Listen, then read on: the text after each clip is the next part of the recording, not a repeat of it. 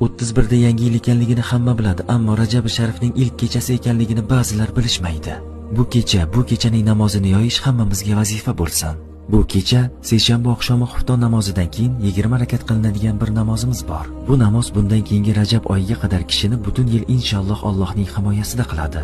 Xufton namozini farzini sunnatini o'qiganimizdan so'ng 2 rakatdan xuddi bomdodning farzi, sunnati kabi 20 rakat namoz o'qiymiz. Har rakatida Fotihani orqasidan Bismillah ila Ixlos surasi o'qiladi. O'qib bo'lganimizdan so'ng 20-rakatda salom bergandan keyin kishi yilining muhofazasi uchun, ham oilasining tinchligi uchun duo qiladi, vatanining tinchligi uchun duo qiladi va o'zi istagan hojatlarini Allohga aytadi. Shuning bilan Allohning izni ila Rajab Sharifning kelishiga sevinamiz, Sha'bonga yetish uchun duolar qilamiz. Ramazonning kelishiga tayyorgarlik qilib, Allohning izni ila bayramga toza bir shaklda Alloh rozi bo'ladigan qullari kabi bo'lish uchun harakat qilamiz.